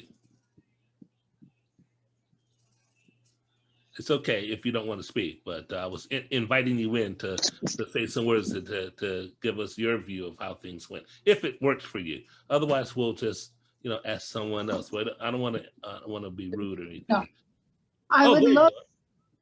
I'm sorry, I was on mute and then I wasn't sure I heard my name. So, and I've got a little background noise. I hope it's not interfering. First of all, I'm on the West Coast. I've been a donor to your organization, to the Collaboraction Theater, a couple of years because I have a dear niece who lives in Chicago and asks for that for Christmas. So I make the donation in her. So when I got the email, I was really excited because I thought now I can actually see what what I'm a little bit involved with. And I'm an actor from way back when, not for years, but I'm very impressed with the acting. I've seen a lot of virtual play readings. And I mean, when you can tell that the actress is reading the screen, it doesn't do a thing for you. This one was moving and wonderful. And I was so impressed. And I just want to say thank you. I really am so high on your troupe, and that the script is wonderful. And what I really wished is that I had about 10 of my old white women friends sitting in the room watching it, because it makes you think and do everything you want it to. And thank you. I love it. Let's give some love to SARS. Wasn't that great? Years. I can't believe you did that. I'm so grateful for you and your granddaughter, and you're taking the lead with us, and then coming out tonight to spend this moment with us.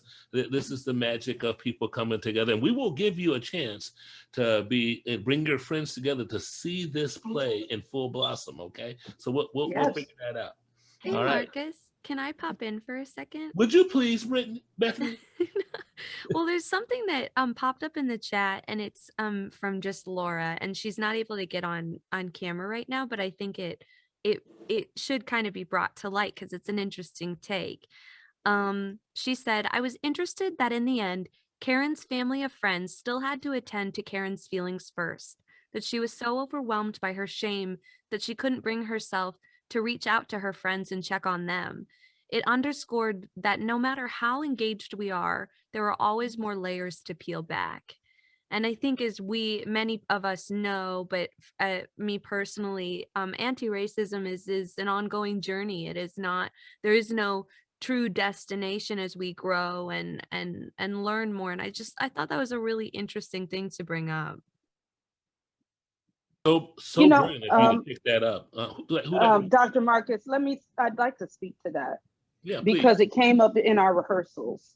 I think it's weird for people that the Black woman wrote an ending where the white people were not eviscerated, and where there was kindness and care. I think that doesn't, in the climate we're in, that doesn't, that's strange. And I think that one of the misnomers about Black-white relations is that Black people want revenge. And I think I speak very clearly and with confidence for the community of those of us who are descendants of kidnapped Africans, that's never been the point. The point has always been equality. And, those of us who are descendants of African slaves are a communal folk. And when we take anybody into our community, they're our family. And in this story, in the family part, this Karen is their people. And they know that's not who she is. If they thought that's who her husband was, they would have interfered and interrupted that shit years ago. So they come to their family with kindness with love, understanding. And all Black people, most of us, we just want to live and eat and live indoors and be at peace. And that is the spirit that they come to her house with. So it's not so much about taking care of white people. It is about the fact that 25, 30 years before the play happened, they decided that this girl was an orphan and they took care of her. And she's now their family. So in this piece, the point is about true reconciliation and true healing. And true reconciliation is, I as a Black person get to tell you your shit is busted. You were raised in a white supremacist situation, and I get it. And I see you want to do better, so I'm going to help you. So that's where we end with that, with those characters. And so the Black people aren't, it's not a savior thing. It's not a poo-poo thing. It's deeper than that. There are more layers. It's an onion. And we're all trying to get through the layers. So, you know, so I wanted to give that because I know that feeling is out there, especially for the Legion of Extraordinary White People that, you know, like that are in anti-racism training, that are doing the right thing, that want to move the ball forward. There's no need for self-flagellation because we ain't trying to punish. Say it loud, say it loud, say it loud. I wonder what Renee has on her mind, and I want to give Sadie a chance to talk as well. So Renee, if you want to open your mic and say some words and reflect back, if that's okay. Otherwise, we'll move on to Sadie. First, I'm mad at all y'all because you didn't warn me that I was going to need note paper and pen beside me to write down all these quotable moments that you all spilled from your mouths. I have been sitting, my neighbors are going to think I'm nuts. I have been in here laughing out loud, and then Karen made me cry at the end. So it was wonderful. You are hilarious. Nick and Carla are a lethal combination. I'm not sure we should put them together very often, but I'm glad to see that they were here. Anthony and Marcus keep making this kind of work possible, and I won't be in the next one now. Oh, okay, and that's all I have to say. It was wonderful. It was wonderful. I have so many quotes. I'm like, Fly Shawn, yes, my brother. Buzz on. Little mosquitoes. Y'all are not right. Y'all are just not. No, Fly Shawn's story needed to be told, Renee. And that's just it. Like, no one told his story until now. And I just want to go down in the history of telling Fly Shawn's story. I'm just telling you. It's true. We needed to hear from the fly on the wall or on the hair or wherever he ends up. Yes, we need Fly Shawn, the sequel, the Mosquito Babies. I'm through, I'm out. Y'all were wonderful. Everybody. Stevie, hey. Anthony, hey, I'm through. It was amazing. It's got to be done live. It's got to be done live. So glad you came into the house and shared some light with us. Oh my goodness. Renee Lockett, ladies and gentlemen, and TT. An icon, okay? You can take a stage. That is the TT Nana. Yeah, well, we got to have her on the stage. Renee Lockett can take a stage anytime. Oh, okay. yeah. Sadie, you want to say some words? Excellent work. Thanks so much for it. Just brilliant. So many quotable things. There was a line about it was around the same time as the charcuterie platter. And it was something about like they were raised aggressively Mayo sapien or something. I'm totally misquoting that, but the next time I watch it, I have to watch for that line because it just made me laugh my ass off because it's true. And bravo everyone, just hilarious, and the details. Like anyway, I'm a fan. I'll shut up now.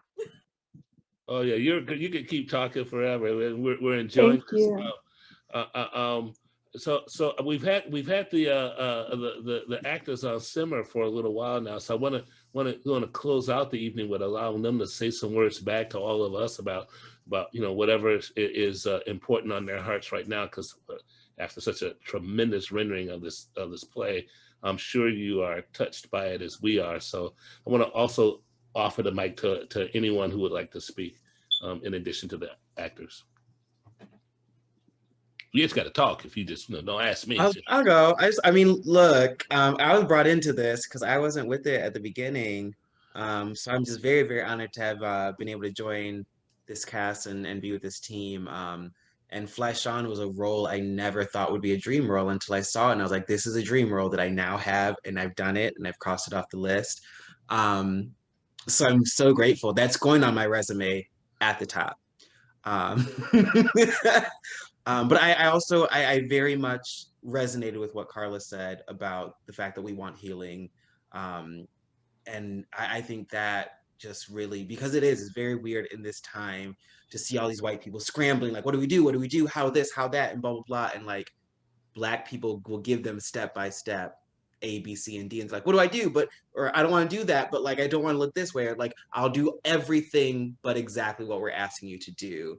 And so it's just really nice to see that, to be reminded that there are really great white people that listen and do exactly what we're talking about, and that like there is that camaraderie, there is that healing, and it's like it's as simple as like listen to what we're saying, listen to what we've been saying, stop trying to do everything but exactly what we've been saying from the get-go.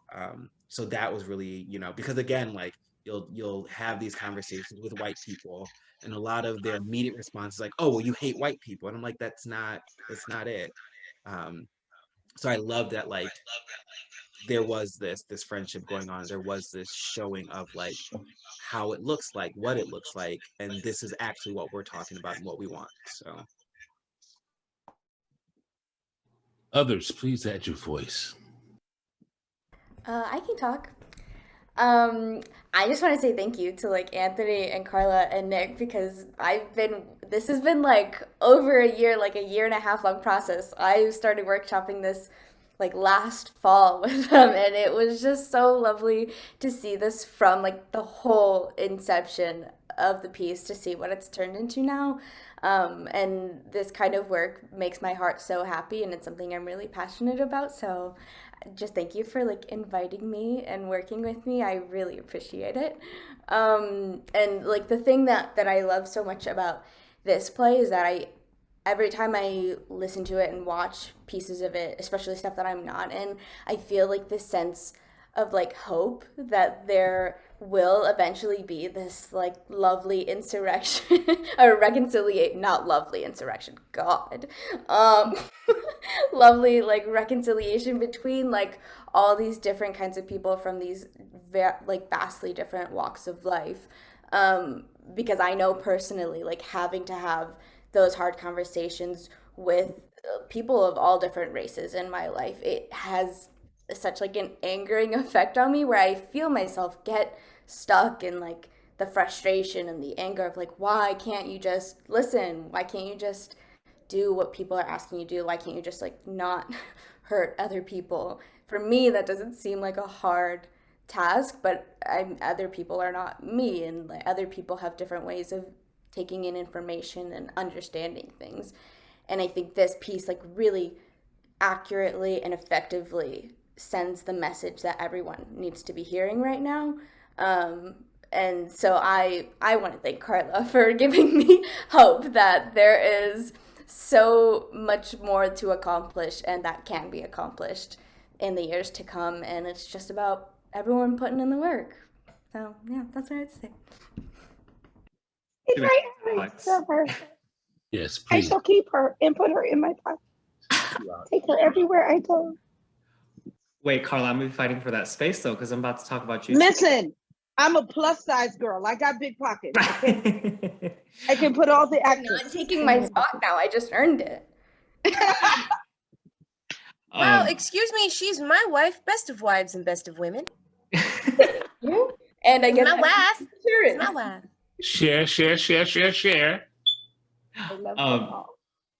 I mean, just being a part of this conversation is something that I'm truly grateful to Carla about. Truly grateful to Carla for. I started last year as well, and I remember just feeling so much anxiety because I, as an Asian who have internalized a lot of whiteness, internalized a lot of anti-Blackness, have done the work by teaching on the South Side, was now in a space where I could have a voice, and that threw me off completely.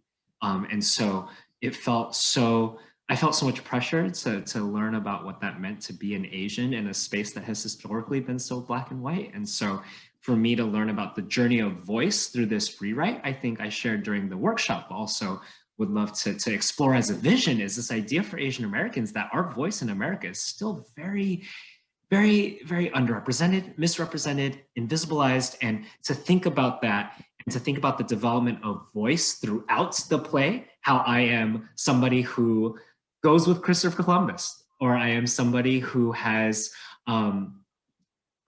appropriated even how to use AAVE when talking to people, but to also develop my own voice all throughout the play, I think is just the journey of voice that I think Asian Americans are in right now. And so I'm just so grateful to have that little piece captured inside this movement of the larger work as well. So always, Carla. Put him in my pocket. Okay, I'll go in the right pocket, Can I say something really quick? I feel like for so long, theater has been like, we are having important conversations. We are doing the thing. But it's all like obtuse and artistic. And we're not really going to have the conversation because we don't want to say it to you. We want the audience to go home and think about it. And then no one was. And so I really enjoy this piece because it's just, she just said it. And I think that that's where so many folks are right now, is it's like, not only have we said it, but like Carla says in the script, like, how do we thread the needle? Like, how do we make you understand that the history that we already know, because it's the one you make us learn, there were a few details in here that, like, you know, you may not like John Punch and exactly how slavery worked. Like, there are those fuzzy details, but for the most part, this is the history that we were taught in school. And so it's not like we don't know this. But for so long, we've just been like, that's not us, or, you know, we've grown past, and we've used art as like a shield to be like, see, we're having conversations, but we haven't been. And so I love this piece for doing that and forcing the audience to be in the conversation unless you want to actually engage in it or not. I think it's fantastic. Well, and I think there is just, for me, this, Yuchi talked about being nervous. I had already cast myself as the villain prior to coming into this show. And then, which I think is a common thing that, you know, Ben was talking about, Carla was talking about, is liberal white kids trying to do better. And then to be met in this environment with an incredible amount of grace and patience and generosity of spirit, in particular, Carla, like, guys, I had a lot of questions. I still got a lot of questions, but I had a lot. Stevie knew, was like, girl, you need to go and educate yourself. So many little messages before and after rehearsal. Yes, but sometimes during rehearsal.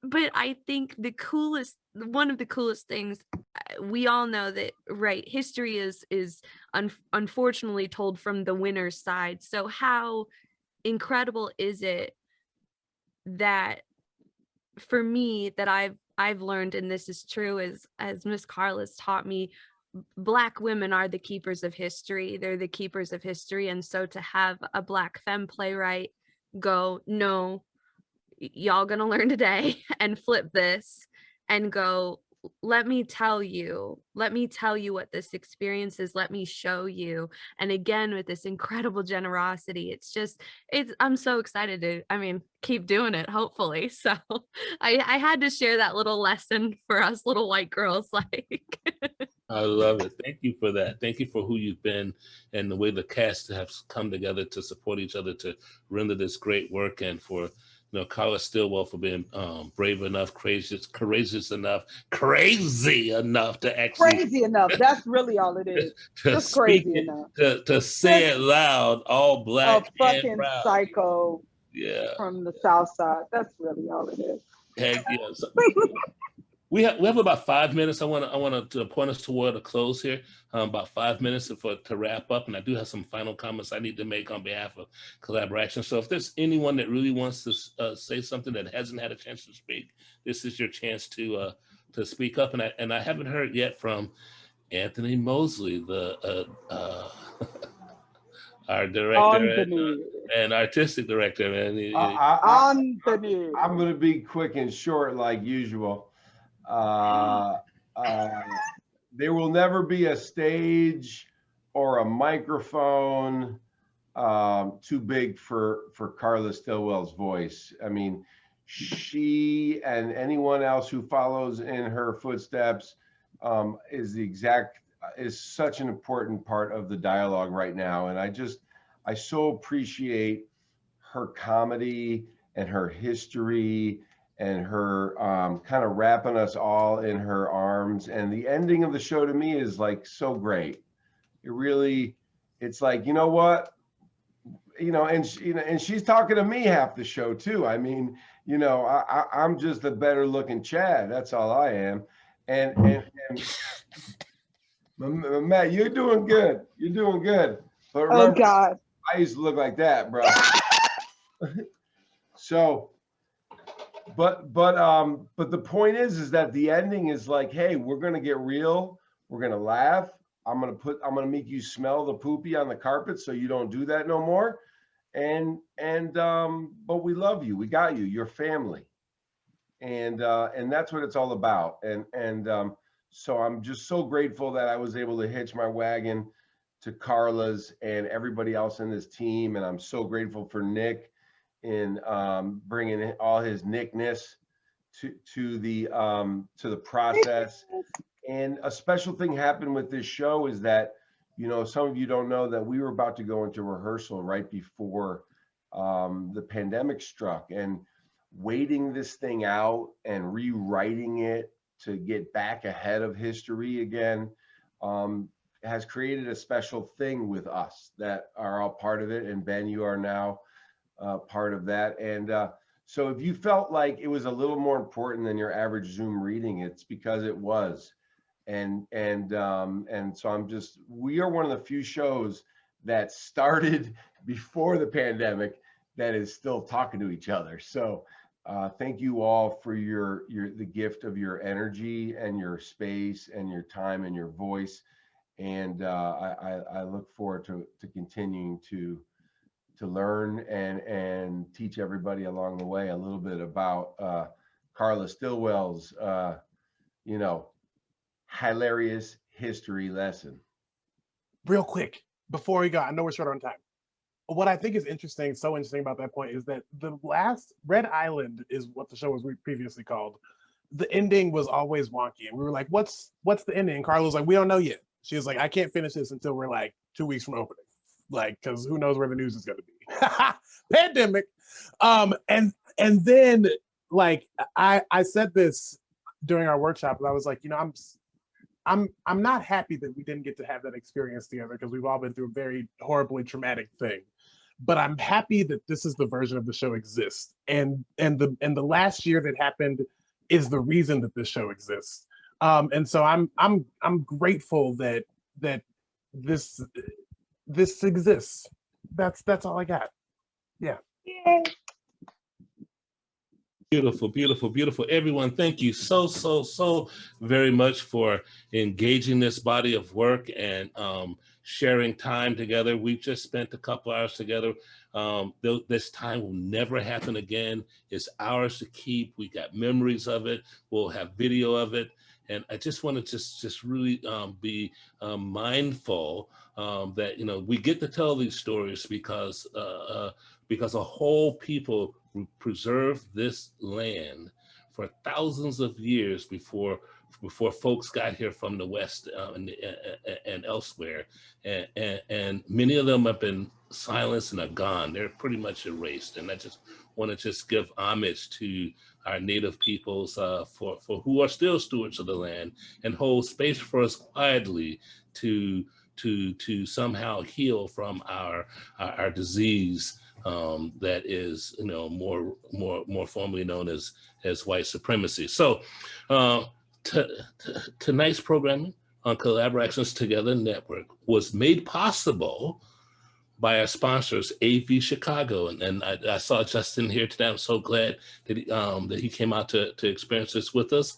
The Mark and Jeannie Malnati Family Foundation supports us so well. Joseph and Bessie Feinberg Foundation. I think I saw the foundation was out there. Janice was here tonight, so that's beautiful. And people like you. I mean, literally, you know, anybody can be a philanthropist. Philanthropy, really, the root word is love of humanity. And there's nothing more human than the artists and the work we make to render back to you and I true reflections of who we are, and how we can get better. These programs will never happen because people do lots of ticket sales for it. It'll happen because folks like you who have the capacity to support community education like this and theater work like this. So if you can make a $5 donation, please do. But if you're somebody who has the largesse to really make a contribution, not to this play and not to Collaboration specifically, but to this work to which we are destined and mission for. So please make that gift at collaboration.org if that's what you can do and feel moved to do so. And join us on on the third Thursday night of each month. Third Thursday nights are like this Tuesday night. Each month we have a show called Crucial Connections. The next one's on March 18th, and we will be exploring the increase in hate crimes and violence against our Asian brothers and sisters. We stand with them. We hurt with them. We are damaged. When one bad thing happens to them, it happens to us. And we want to talk about that and want to bring that to the table. We've invited a co-host, Ada Chang, a noted storyteller here in Chicago, to bring her work to the table and the work of others. So come on out to our monthly, to that show on the 18th. And then we have another monthly show called Becoming, Unlearning White Supremacy, which is on the first Tuesday of every month. You're starting to get that sense of it? So we got the Tuesday night thing going on at 6 o'clock Central Time and the Thursday night thing going on at 7 o'clock. You know, just pick your weeks and make sure you're on there. And you can get all that information on our website. So having had the pleasure of holding space with you, I just want to extend my sense of gratitude to each and every one of you and say thank you to our dear friend Carla for rendering this body of work so that we can all learn, grow, and share. Thank you for having me. Good night, everybody.